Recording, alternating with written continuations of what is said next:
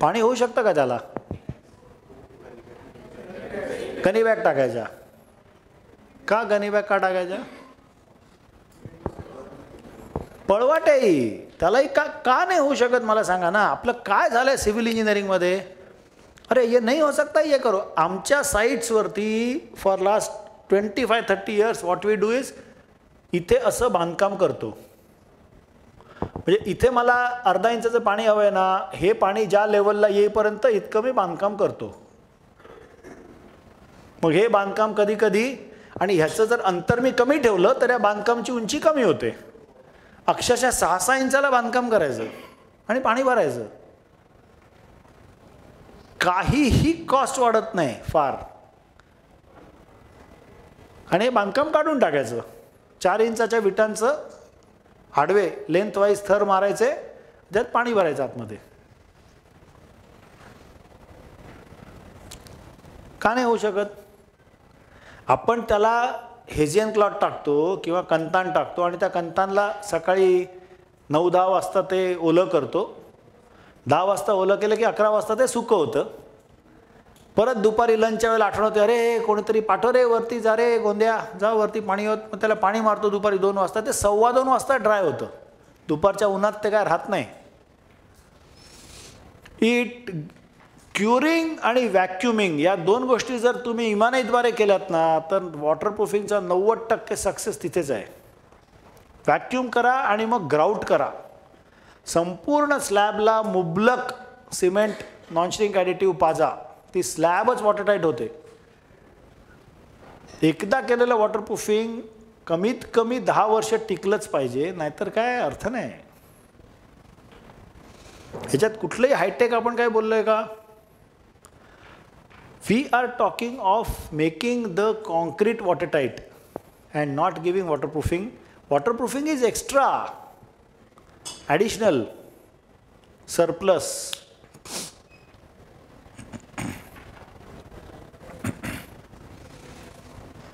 तो फक्त एक जो दुसरा फोटो आहे तो ही इज जस्ट शोइंग की he is removing the waterproofing. आता रिमूव्हिंग वॉटरप्रूफिंग ही सुद्धा एक कला आहे. We want to remove the waterproofing, we don't want to break the waterproofing. तर गंमत कशी असते की जर का मी छोटी छिन्नी वापरली, मला वॉटरप्रूफिंग काढायचं असेल किंवा प्लास्टर काढायचं असेल, तर माणूस ती परपेंडिक्युलरच मारणार भिंतीला.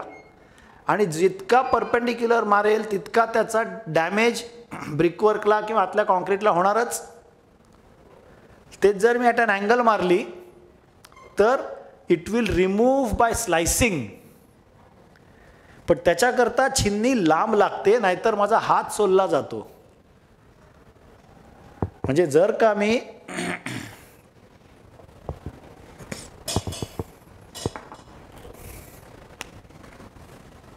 ही भिंत आहे आणि हे प्लास्टर आहे, जर का मी छोटी छिन्नी वापरली तोडायला आणि मी त्याला सांगितलं की सर छोटी छिन्नी तू अशी ॲट अन अँगल मार, तर त्याने इथे छिन्नी धरली आहे, ती त्याचा हात सोलला नाही का जाणार.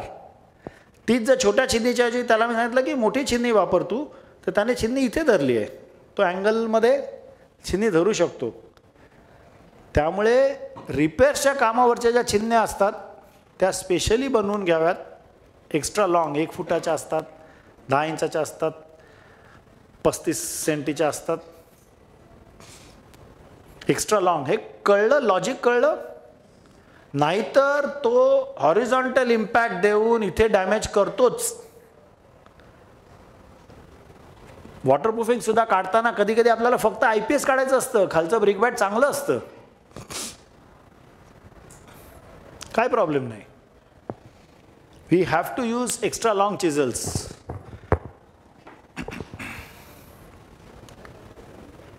डूज अँड डोंट्स काय आपलं बरंच बोलणं झालं असेल, झटपट बघूया आपण. Check corrosion damage to top and bottom reinforcement of the slab. जेव्हा तुम्ही स्लॅब एक्सपोज केली 3 वॉटरप्रूफिंगसाठी, त्याला करोजन आहे किंवा नाही टॉप बारला हे बघायचं. बरोबर आहे? क्लिअर?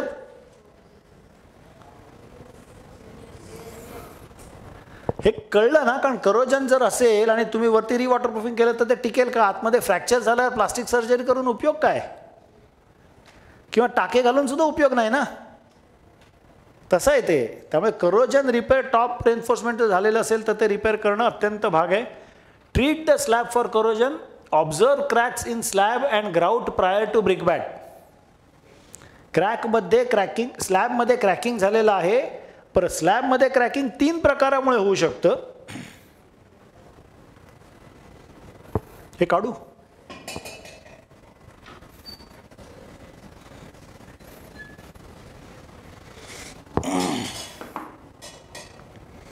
स्लॅबमध्ये क्रॅकिंग एक म्हणजे बॅड क्वालिटी कॉन्क्रीट, बरोबर. दुसरं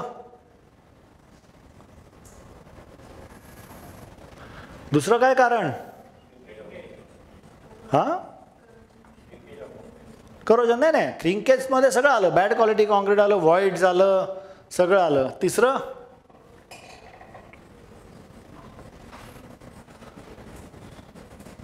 डिफ्लेक्शन, म्हणजे ही स्लॅब अशी जर बेंड झाली तर इथे क्रॅक होईल ना त्याला. हा बीम आहे आणि ही स्लॅब कमी भराईमुळे बेंड झाली. कमी भराई म्हणजे कळलं, दिलं होतं 120 mm थिकनेस, साईटवरती 75 mmच केलं त्याने. हे आपण पाहिलं ना की बेंटअप बारला झोपवतात मुद्दामून पायाने त्याच्यावरती वजन ठेवून. म्हणून बेंटअप बारला chairs are very important. Chairs म्हणजे बेंटअप बार पोझिशनमध्ये ठेवण्यासाठी वापरलेलं स्टील. चेअर म्हणतात त्याला, घोडा म्हणतात, काही म्हणतात, इथे काही वेगळं म्हणत असतील. But two chairs are very important.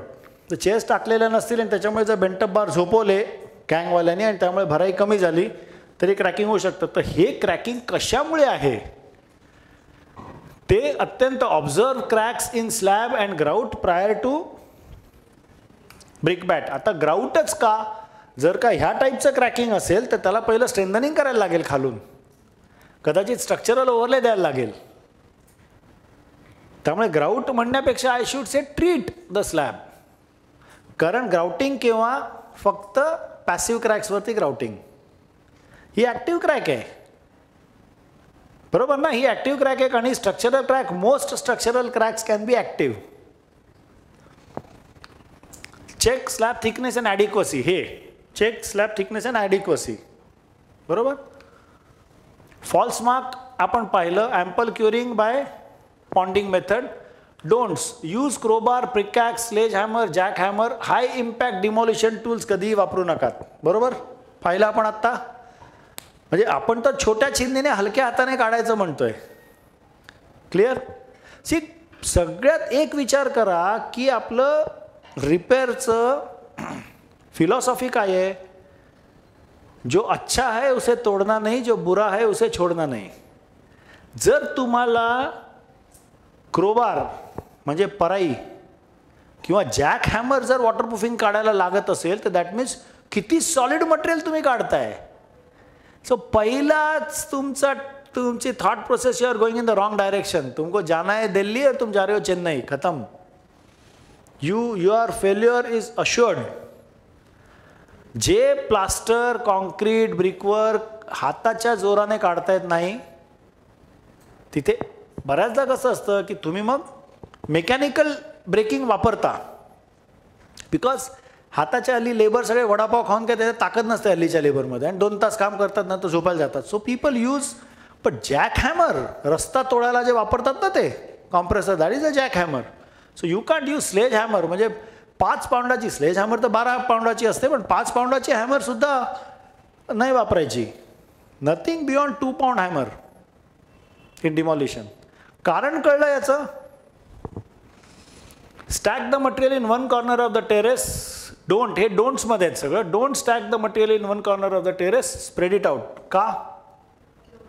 Overloading, deflection. Use high strength cement, हे आपण आत्ता पाहिलं. रिप्लास्टरिंग. आता रिप्लास्टरिंगमध्ये रेकिंग हे अत्यंत महत्त्वाचं आहे. आपण काल पाहिलं का? कारण प्लास्टरला ग्रिप मिळाली पाहिजे. आणि रिप्लास्टरिंग मध्ये there is nothing again a rocket science. जे नवीन प्लास्टर करताना नव्या बिल्डिंगला जे आपण काळजी घ्यायला पाहिजे तीच काळजी आपण रिप्लास्टरिंग करताना घ्यायला पाहिजे इन रिपेअर्स. त्याच्यात काही वेगळं सांगण्यासारखं नाही. पण मला हे नक्की माहीत आहे की इथे बसलेल्या बऱ्याचशा लोकांना नवीन प्लास्टरसुद्धा चांगलं कसं करायचं हेच माहीत नाही आहे. आता आपण एक प्रश्न विचारतो ना तुम्हाला, प्लास्टरचा थिकनेस किती असतो एक्सटर्नल प्लास्टरचा?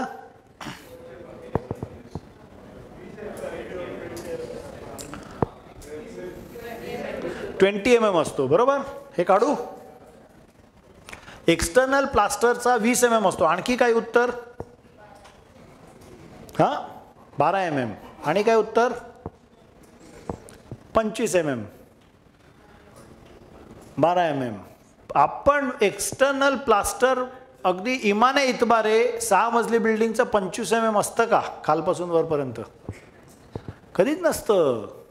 6 मजल्याची बिल्डिंग ही 2 इंच आउट असते अशी. हे मी एक्झॅजरेटेड दाखवतोय.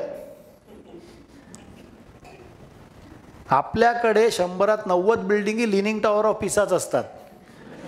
म्हणून आपल्या लोकांना कौतुक नाही लिनिंग टॉवर ऑफ पिसाच. हे काय ऐसा तर हमारा हर बिल्डिंग ऐसा टेढ़ा होता है क्या है. So coming back to the point, building 2 inch out आहे. हे 2 इंच आहे. इथं जर मी ओळंबा टाकला तर हे 50 mm आहे. ठीक आहे. जर का मी इथे 1 इंचाचं प्लास्टर केलं, कारण कमीत कमी 1 इंचाचं प्लास्टर पाहिजे ना, एक्सटर्नल प्लास्टर 1 इंचाचं असतं. आता तुम्ही मला ज्ञान दिलंय. इथं किती होईल प्लास्टर? 75 mm प्लास्टर होईल. म्हणजे 1 इंचाचं प्लास्टर गेलं उडत. 75 mm प्लास्टर करायचं कसं? टिकतच नाही. मग सोल्युशन काय?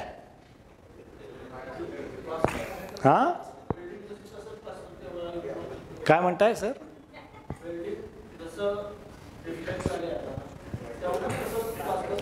म्हणजे सर काय म्हणतात की असं प्लास्टर असं करा. हाय, दिस इज अ सोल्युशन. पण असं प्लास्टर केल्यानंतर ती बिल्डिंग डोळ्याला 50 mm आपल्याला दिसेल ती आउट. सर हा एकदम स्मार्ट उत्तर झालं. पण सर समाजाला दोषच दिसतात. आज समाजाची विकृती एवढ्या थराला गेली आहे की शिवाजी महाराजांमधले सुद्धा दोष दिसायला लागलेत त्यांना. ह्याच्या पलीकडे काय बोलायचं? त्यामुळे समाजात आपल्याकडे विकृती अशी आहे की आपल्याला फक्त डिफेक्टच दिसतो दुसऱ्याच्या कामातला, आपल्या कामातला नाही दिसत मात्र. So coming back to the point, 2 इंचाला प्लास्टर जर असं केलं, आणि सर हे 2 इंच आहे, 6 मजली बिल्डिंग आहे. 12 मजली बिल्डिंग 3 इंच आउट असते, 4 इंच आउट असते. ह्याला एक अत्यंत सोपं आणि सोल्युशन आहे, जे अगदी ब्रिटिशकालीन बिल्डिंगपासून जर तुम्ही पाहिलं तर प्रत्येक मजल्याला एक कॉर्निस बाहेर काढायचं किंवा छज्जा बाहेर काढायचा. म्हणजे काय होतं, इकडनं 1 इंचाचं प्लास्टर केलं, हे मी आता काढतो कारण मी एक्झॅजरेटेड दाखवलं होतं. इथनं जर का मी 1 इंच प्लास्टर केलं, इथे येईपर्यंत ते 1.25 इंच होतं. परत मी इकडे 1 इंच प्लास्टर केलं, इकडे येईपर्यंत 1.25 इंच होतं. परत इकडे 1 इंच प्लास्टर केलं, इकडे 1 इंच 1.25 होतं. असं होतं. So my overall thickness of plaster does not go up. आपण जर ब्रिटिशकालीन बिल्डिंग बघितल्या कॉन्क्रीटमधल्या, कारण 1905 किंवा 10 मध्ये कॉन्क्रीट आलं इंडियामध्ये, त्याच्यापासून 47 पर्यंत ब्रिटिशांनी कॉन्क्रीट बिल्डिंगी पण बांधल्या. चिकार आपल्याच कॉन्ट्रॅक्टरनी बांधल्या, आपल्याच इंजिनियर्सनी बांधल्या. पण ब्रिटिशकालीन भारतामध्ये त्या बिल्डिंगी जर पाहिल्या तर त्याला ऑल अराउंड छज्जा असतो. जिथे खिडकी नसते तिथेही छज्जा असतो. त्याचं एक कारण हे पण आहे की प्लास्टरचा थिकनेस कंट्रोलमध्ये येतो. छज्जा नसेल करायचा 4 फुटाचा, कॉस्ट होते, आणि तो छज्जा फायर एस्केप म्हणून पण वापरता येतो. आजच्या घरांमध्ये कसं आहे की आग लागली तर माणसं आतमध्ये ट्रॅप होऊन मरतात, धुराने मरतात, जळून नाही मरत. कारण आग लागल्यानंतर सगळ्यात पहिलं काय होतं, म्हणजे घर धुराने भरलं जातं तुमचं. तुम्ही खिडकीपर्यंत पोचूच शकत नाही, कारण जर तुमच्या नाकातोंडात धूर गेला ना तर तुम्ही 1.5 ते 2 मिनिटात मरता. किती मिनटं आपण श्वास रोखून ठेवू शकतो? प्राणायाम न करणारी माणसं तर 1 मिनिटसुद्धा श्वास नाही रोखू शकत. तुम्ही 1 मिनिटात पाण्याखाली 1 मिनिट थांबून बघा ना, तुम्हाला कळेल तुमची काय ताकद आहे म्हणून. काही तुमची औकात काय आपल्याला 1 मिनिटात कळते आपली औकात. फार जो चांगला असतो तो 1.5 मिनिटं. त्याला काय फार, जो खूप चांगला अभ्यासू असेल प्राणायामाचा आणि असं असेल तो 2.5 मिनिटं 3 मिनिटं, पण तरी 2.5-3 मिनिटात तो खिडकीपाशी पोचला पाहिजे, खिडकी उघडली पाहिजे. पण खिडकी उघडली तरी तू 6व्या मजल्यावर आहे, काय उडी मारणार? जर का खिडकीतनं तो खालच्या छज्जावर उतरू शकला तर त्या छज्जावरून तो पळत, कारण आग लागते म्हणजे काय, सगळ्या मजल्याला एकत्र आग नाही लागत, त्याच्या घराला लागलेली असते. किचनमध्ये ब्लास्ट झालेला असतो, तिथे आग लागलेली असते. तो जर 15 फूट दुसऱ्याच्या घरापर्यंत जरी जाऊन उभा राहिला ना सेफ, तरी ती आग तिथे पोचायला अर्धा-पाऊण तास लागतो. त्याच्या आधी फायरची लोक येतात, ती तुम्हाला वाचवतात. So these continuous chhajjas are useful for fire escape also, but that is not the concern. I am just saying त्याचा आपल्या शास्त्राला उपयोग याच्यासाठी होतो. त्यामुळे छज्जा न करा. कॉर्निस जरी केलं ना, पूर्वी तुम्ही ब्रिटिश बिल्डिंग बघितलं असेल, असं सगळं कॉर्निस असतं, असं डेकोरेटिव्ह डिझाईन कॉर्निस प्रत्येक मजल्याला असतं. ते दुसरा या कॉर्निसचा उपयोग काय असतो की पावसाचं पाणी जे असं भिंतीला लागतं ना, ते दर मजल्याला बाहेर फेकलं जातं कॉर्निसला धरून. कारण पावसाचं पाणी जर असं भिंतीवरनं असं सरपटत 30-40 फूट खाली आलं ना, तर तिथे ते पाणी आत मुरतं तेवढ्या वेळामध्ये, आणि ते पाणी तिथे मॉस ग्रोथ करतं. तुम्ही आता परत जाताना हे बघा, चिकारच्या बिल्डिंगमध्ये आता फ्रंट एलिव्हेशनमध्ये, हे फ्रंट एलिव्हेशन आहे, इथे खिडक्या आहेत आणि इथे छज्जा आहे. असा हल्ली कसं कॉस्ट कटिंगमुळे तुम्हाला इथे पूर्ण काळा पॅच दिसतो. तो काळा पॅच का दिसतो? कारण जिथे छज्जा असतो तिथे पाणी दर मजल्याला बाहेर फेकलं जातं आणि त्या पाण्याला आत घुसायला वाव मिळत नाही. त्यामुळे तुम्ही जर स्ट्रक्चरल डिझायनिंग केलं, आर्किटेक्चरल डिटेलिंग केलं, तर प्रत्येक मजल्याला छज्जा जरूर टाका. स्ट्रक्चर दुवा देईल तुम्हाला. Fundamental, we are talking of how to fight और how to make the structure वॉटरटाईट.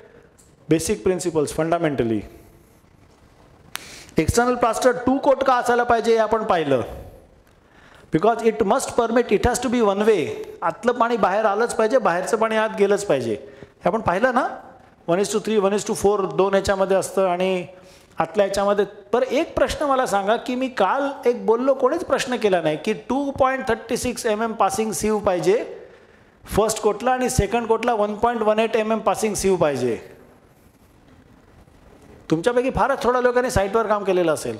साईटवरती 2.36 आणि 1.18 ची सीव असते काय? नसते. काम न करता सुद्धा नसते हे सांगून टाकलं मोकळं. हां, पण करणार कसं मग? 2.36 mm पासिंग सीव हां फर्स्ट कोटला पाहिजे आणि second Kotla 1.18 mm passing सीव.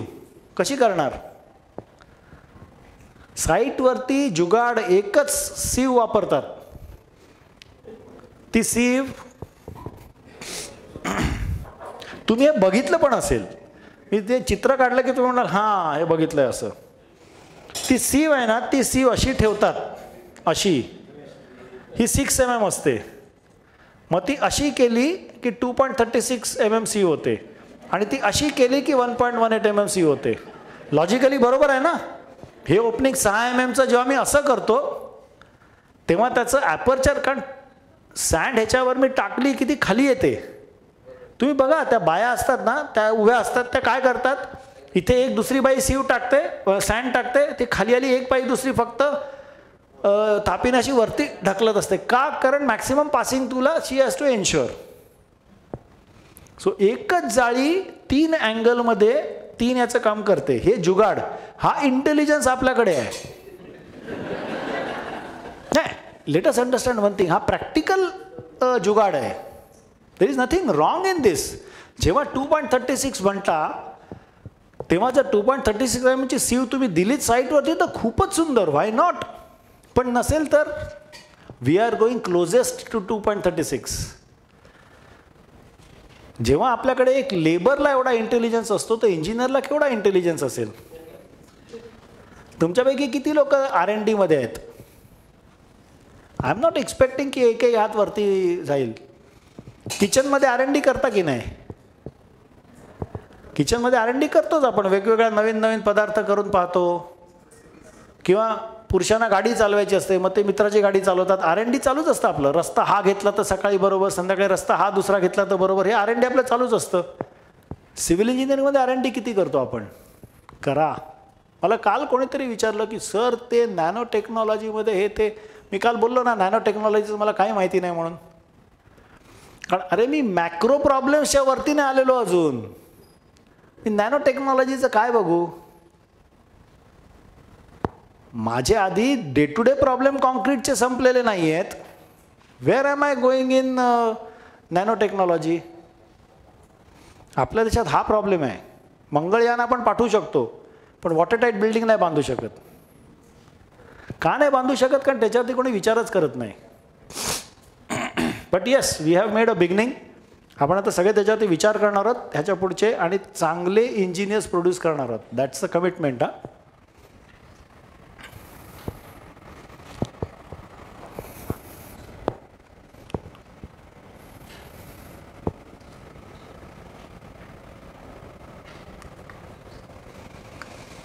check and remove only debonded or poor quality plaster, rake out the joints, check joint strength, wet the brickwork, use cutters for cutting part brickwork. brickwork partially कापताना किंवा plaster partially कापताना cutters वापरा. हे कळलं सगळं. Check joint strength. ब्रिकवर्कची joint strength कशी check करणार? स्क्रूड्रायव्हरने. Hand pressure is good enough. आणि तुम्ही म्हणाल किती हँड प्रेशर? एखादं कोणतरी असं हे असला, एखादा स्ट्रॉंग असला ताकदवान की तो हँड प्रेशरने अख्खं ब्रिकवर्कच काढून टाकेल. तसं नाही, ते लॉजिक लागतं ना. म्हणजे मुलाला किती जोरात थोबाडीत मारायचे आईला माहिती असतं ना. त्याला काय असं असतं का की इतक्या इम्पॅक्टने, इतक्या दुरून, इतक्या ताकदीने? प्रत्येक गोष्टीला शास्त्र नसतं. तिथे तुमचा अनुभव कामी येतो, तिथे तुमचा एक्सपिरियन्स, तिथे तुमचं गटफील कामी येतं. आई मारते की नाही मुलांना? मुलाला तेवढंच मारते की जेवढं त्याला लागेल, त्याला आठवणीत राहील की पुढच्या वेळेला असं केलं तर असाच मार पडेल म्हणून. पण असं की थोबाड मारलं तर त्याचं मानच वाकडी, असं नाही ना. So we don't want to use a pressure where तुम्ही अख्खं जबरदस्ती काढत नाही आहात, but you are trying to see. So joint strength. कोणी तर मला सांगितलं सर जॉईंट स्ट्रेंथ करता कुठलं इन्स्ट्रुमेंट वापरू? मी म्हणून तू सोडून दे रे सब्जेक्ट, हा नको घेऊस. जॉईंट स्ट्रेंथ काढायला एक स्क्रूड्रायव्हर वापरा आणि दुसरं एक टूल बनवून घ्या तुम्ही. कारण ते मार्केटमध्ये रेडीमेड मिळतच असं नाही. एक असं टूल, हे त्याचं हँडल, हा त्याच्यामध्ये असलेला एक 6 mm रॉड, तो असा हलकासा बेंड करून घ्यायचा आणि त्याला असं एक टोक द्यायचं. हे रेकिंग टूल म्हणून पण कामी येतं. आणि जॉईंट स्ट्रेंथ काढायला बरं ह्याला आहे ना खूप पॉईंट पण नाही द्यायचा. दाभण कसं असतं? दाभणचं पर्पज काय आहे? तुम्हाला भोग पाडायचं आहे म्हणून दाभण असतं ना. दाभण माहिती आहे ना, दाभणच म्हणतात ना. तर त्याला तो भोग पाडायचा. इथे तुम्हाला भोग नाही पाडायचा आहे. You want to see the abrasion. त्यामुळे हे थोडंसं बोथट असलं तरी चालतं. हे असं धरून रेकिंग टूलने तुम्ही रेकिंगही करू शकता प्लास्टरचं. रेकिंग केव्हा करावं? मॅसोनरी जॉईंटचं रेकिंग केव्हा करावं? आपण पाहिलं रेकिंग इज इम्पॉर्टंट. केव्हा करावं? हां, परफेक्ट. ब्रिकवर्क चालू असतानाच रेकिंग केलं पाहिजे. म्हणजे ब्रिकवर्क संध्याकाळी संपलं की काम संपवायच्या आधी तुम्ही म्हणाल उद्या येऊन रेकिंग करतो. हा फळा आहे ना, तो जर संध्याकाळी मी नाही पुसला तर सकाळी येऊन पुसण्यासाठी मला दुप्पट ताकद लागते. तुम्ही सगळे फळे साफ करता ना.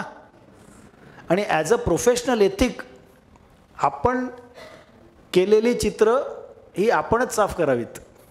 पुढच्या प्रोफेसर करता ठेवू नयेत. ह्या मताचा मी आहे आणि ठेवावं. म्हणजे हां,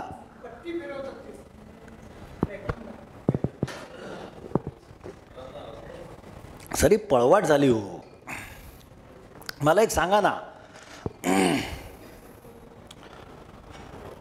कसं उदाहरण देऊ? एक पट्टी जेव्हा मी फिरवतो ना तेव्हा जिथे माझा हात आहे तिथे ताकद जास्त होणार. बाकीच्या ठिकाणी पट्टी बेंड नाही का होणार?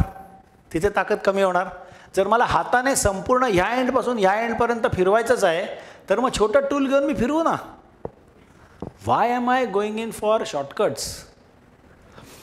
सर चुकीच्या शॉर्टकट्समुळे वी कॉम्प्रोमाइज ऑन ज्याला गुड इंजिनिअरिंग प्रॅक्टिसेस म्हणतात ते आपण हल्ली फारच लवकर ॲक्सेप्ट करतो आणि त्याच्यामुळेच छोट्या छोट्या पॉईंट्समुळे आपली क्वालिटी खराब होते.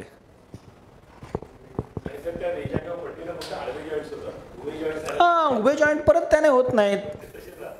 हां, त्यामुळे पट्टी फिरवणं हा एक शॉर्टकट झाला. This is not a good engineering practice at all. Don't remove good plaster, don't use heavy hammer, don't damage brickwork and don't increase the thickness. हे चारही पॉईंट आपण बघितले. पुढे जाऊ. Micro grouting. आता हे जे आपण सगळ्या बिल्डिंगना क्रॅकिंग पाहतो, हे भिंतीमध्ये असलेलं एक्स्ट्रीमली फाईन क्रॅकिंग. चहा सर कोणाला आठवणच नाही होत आहे चहाची, जाऊन दे ना. जोक सपाट. चहा पिऊन आपण हे सुरू करू कारण दिस ऑल्सो व्हेरी इम्पॉर्टंट.